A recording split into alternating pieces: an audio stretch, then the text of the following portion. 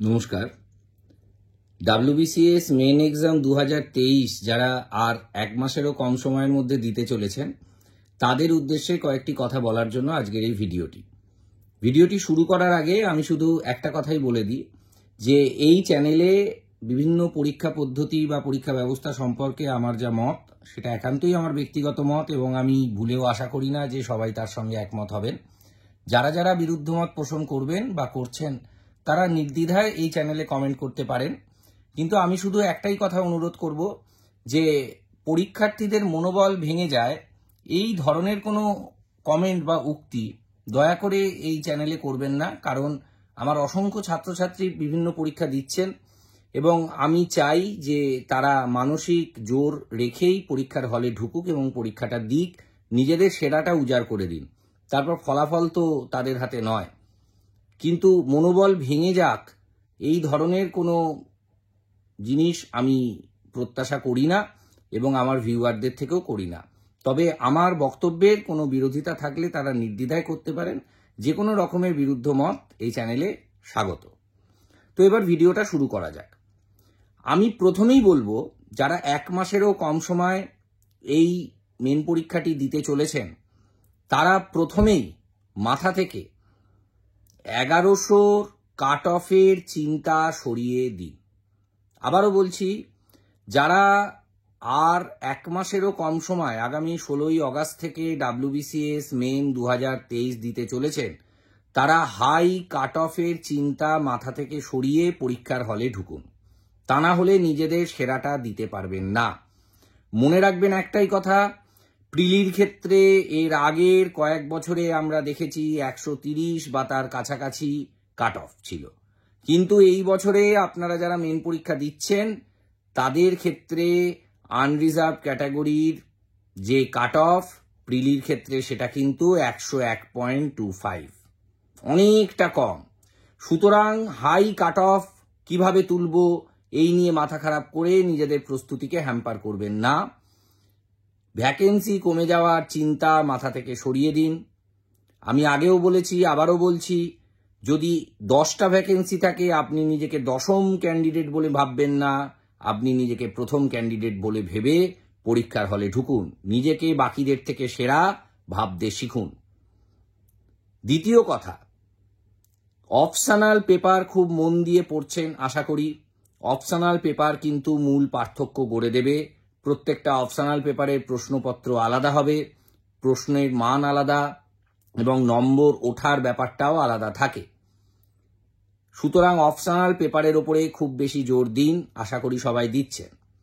General পেপারের যে 6টা পেপার রয়েছে তার মধ্যে যারা আর্টস ব্যাকগ্রাউন্ডের বা যারা সায়েন্স ব্যাকগ্রাউন্ডের উভয়কেই আমি বলবো, অনুরোধ করব, পেপার 6 অর্থাৎ এরিথমেটিক অ্যান্ড রিজনিং এর ওপরে খুব জোর দিন।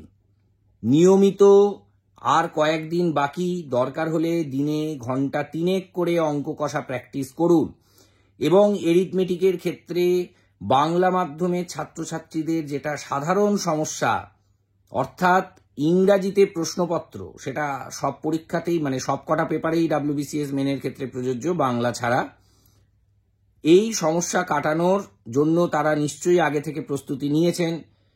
ইতিহাস বইগুলো ইংরাজি মাধ্যমে পড়া নিশ্চয়ই শুরু করেছেন। যদি নাও করেন এই এক মাসে অন্তত পক্ষে অঙ্কের পেপারটা ইংরাজিতে পড়া প্র্যাকটিস করুন।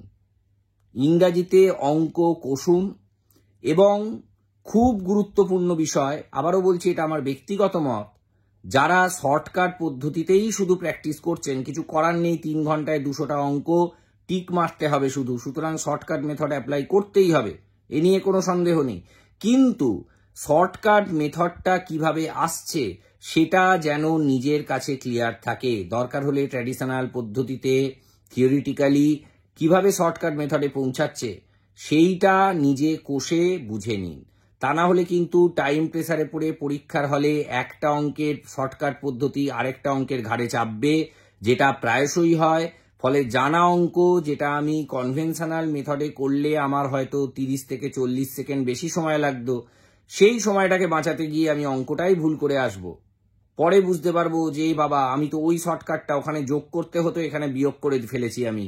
এইটা যেন না হয়, আমি সেই জন্য অনুরোধ করব, অবশ্যই শর্টকাট পদ্ধতি ব্যবহার করুন, কিন্তু যে অঙ্ক কনভেনশনাল পদ্ধতিতে কম সময় হচ্ছে সেটা কনভেনশনাল পদ্ধতিতেই কষার চেষ্টা করুন। তাহলে কিন্তু আপনার অঙ্কটা ঠিক হবে। দিনের শেষে ঠিক অঙ্ক করাটা বেশি জরুরি। খুব কম সময়ে আমি 50টা ভুল অঙ্ক করে এলাম, তাহলে কিন্তু লাভ নেই, নেগেটিভ হয়ে যাবে। তৃতীয় কথা, এরিথমেটিকের পেপারের ক্ষেত্রে যেটা আরেকটি গুরুত্বপূর্ণ বিষয় বলে আমার মনে হয়েছে, অঙ্ক পুরোটা পড়ে উত্তর করুন। অঙ্ক পুরোটা পড়ে উত্তর করুন। যেমন 1 বছরের একটা প্রশ্ন ছিল যে একটি ওয়ার্ড দিয়ে দিয়েছে, ঠিক আছে, ধরুন আমি একটা যে কোনো ওয়ার্ড ধরে নিচ্ছি, ধরুন বলা হলো গিফট, বলা হলো এই GIFT গিফট, এই ওয়ার্ডটাকে, এই গিফট ছাড়া আর কতগুলো ওয়ার্ড তৈরি করা যেতে পারে এই লেটারগুলোকে একসাথে করে, ইংরাজিতে বলা রইল। তো এই যে গিফট ছাড়া, এইটা অমিট করে গেলাম আমি 4টে লেটার আছে, আমি ফ্যাক্টোরিয়াল 4 করে দিলাম, উত্তর চলে এলো, আমি উত্তর বসিয়ে দিলাম।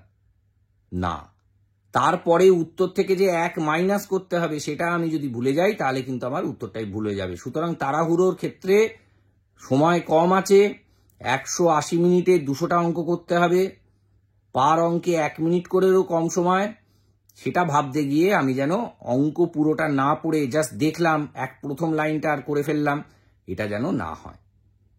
চতুর্থ কথা, যতই চেনা অঙ্ক হোক, আপনি অঙ্কটা কষে একটুখানি 1 সেকেন্ড অন্তত বিরতি নিয়ে ঠান্ডা মাথায় অপশানগুলো দেখে, সব কটা অপশান দেখে তারপরে টিক মারবেন।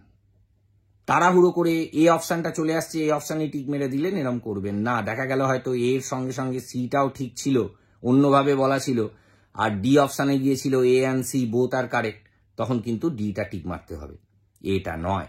সেই জন্য সবকটা অপশানও পড়ুন, প্রশ্নও যেরকম পুরোটা পড়বেন, সবকটা অপশানও পড়বেন। লাস্ট বক্তব্য এরিথমেটিক নিয়ে, যে অঙ্কগুলো ট্রিকি কোশ্চেন দেখা যাচ্ছে, মোটামুটি করে আমি দেখলাম গত কয়েক বছরে, 2 বছরের অন্তত মেন পরীক্ষার প্রশ্নে 40 থেকে 50টা অঙ্ক এবং রিজনিং মিলিয়ে বলছি, সেটা বেশ কঠিনের দিকে, কঠিনতর সমস্যা। সেগুলোকে আমি প্রথমে যদি করতে গিয়ে দেখি যে অনেকটা সময় লেগে যাচ্ছে, আমি পারছি না, জাস্ট লিভ ইট। আমি সেই অঙ্কটাকে ছেড়ে আমার জেদ, আমার ইগোকে সরিয়ে রেখে, এটা অনেক সময় আমরা করতে পারি না, ইগো সরিয়ে রাখা, আমি অঙ্কে ভীষণ ভালো, আমি এই সামান্য অঙ্কটা করতে পারছি না, আমি তার পেছনে পড়ে গেলাম, এটা যেন না হয়। মনে রাখতে হবে, আমাকে যত বেশি সম্ভব ঠিক উত্তর দিতে হবে। একটা অঙ্ক যদি সরিয়ে রাখি তাহলে আমার ওই অঙ্কটার জন্য 0 পাবো, কিন্তু যদি ওই অঙ্কটা করতে গিয়ে আমার 10টা অঙ্ক লাস্টে ছেড়ে আসতে হয়, তার মধ্যে হয়তো 9টা আমার জানা, তাহলে কিন্তু আমি 9 নাম্বার পাওয়ার কথা কিন্তু পাচ্ছি না। এটা আমাদের মনে রাখতে হবে। এরিথমেটিকের নিয়মিত অনুশীলন করুন। রিজনিং এর ক্ষেত্রে নিশ্চয়ই সবাই RS আগরওয়াল করছেন। আমি আবারও বলবো, RS আগরওয়ালের প্রায় প্রত্যেকটা চ্যাপ্টারই সিলেবাসটা দেখবেন। রিজনিং এর ক্ষেত্রে কিন্তু অসংখ্য ধরনের রিজনিং সিলেবাসের মধ্যে আছে। আর এরিথমেটিকের ক্ষেত্রে যতই মাধ্যমিক স্ট্যান্ডার্ড বলা হোক না কেন, যথেষ্ট হাই স্ট্যান্ডার্ডের প্রশ্ন আসছে। সুতরাং দরকার হলে উচ্চ মাধ্যমিক স্তরে পুরনো এসএনদের বই থেকে, পুরনো সিলেবাসের এসএনদের বই থেকে অন্তত যেগুলো ইন্ডিসিস এবং সার্টস, অর্থাৎ সূচক এবং করণী, এই 2টো চ্যাপ্টার অন্তত ভালো করে করা এবং পারমুটেশন কম্বিনেশনের অঙ্ক উদাহরণগুলো দেখে যাওয়া পুরনো সিলেবাসের এসএনদের বই থেকে। আশা করি এইভাবে প্রস্তুতি নিচ্ছেন সবাই, সবার প্রস্তুতি ভালো হোক। আমি একটা কথাই শেষে বলবো যে মেন পরীক্ষা দিচ্ছেন মানে আপনি কিন্তু কয়েক লক্ষ পরীক্ষার্থীদের মধ্যে থেকে 5000-এরও কম জনের মধ্যে ঢুকে পড়েছেন। সুতরাং এটা আপনার একটা বড় জয়, এবং আপনি একটা বড় সংখ্যক পরীক্ষার্থীকে ইতিমধ্যেই পিছিয়ে ফেলেছেন প্রতিযোগিতায়। তাহলে আপনি কিন্তু এগিয়ে আছেন। এই এগিয়ে থাকাটাকে মাথায় রেখে নিজের মনের জোর রাখুন এবং প্রিলিকে আমি ব্যক্তিগতভাবে WBCS এর কঠিনতম ধাপ বলে মনে করি। আমি ব্যক্তিগতভাবে মনে করি, সবাই একমত নাও হতে পারেন। তো প্রিলি যখন আপনি টপকেছেন, মেন কিন্তু আপনি টপকাবেনই। আবারও বলছি, হাই কাট অফের চিন্তা মাথা থেকে সরিয়ে পরীক্ষার হলে ঢুকুন, কারণ গত কয়েক বছর কিন্তু এই বছরের আগে প্রিলিতেও খুব হাই কাট অফ উঠছিল, 130, 127 এইসব নম্বর উঠছিল। এবছরে কিন্তু 101.25 হয়েছে। সুতরাং পরীক্ষার হলে যদি বুঝতে পারেন প্রশ্ন খুব কঠিন হয়েছে, তাহলে হতাশ হবেন না, ঠান্ডা মাথায় নিজের কাজটা করে বেরিয়ে আসুন। বাকি ফলাফল পরবর্তীকালে দেখা যাবে। আপাতত এইটুকুনি, সবাইকে শুভেচ্ছা রইল। আর যারা WBCS প্রিলিমিনারি 2024-এর প্রস্তুতি নিচ্ছেন, তাদের জন্য আমি কয়েকদিনের মধ্যে নতুন ভিডিও পোস্ট করব। এই ভিডিও কেমন লাগছে, বিরুদ্ধ পক্ষের মত, ভিডিও ভালো লাগলে তার বক্তব্য আমাকে কমেন্ট বক্সে জানান। আরও কোনো বিষয় নিয়ে ভিডিও করতে হলে সেটাও কমেন্ট বক্সে লিখে জানান। আপাতত এইটুকুনি, সবাই ভালো থাকুন, সাফল্যের দিকে এগিয়ে চলুন। ধন্যবাদ।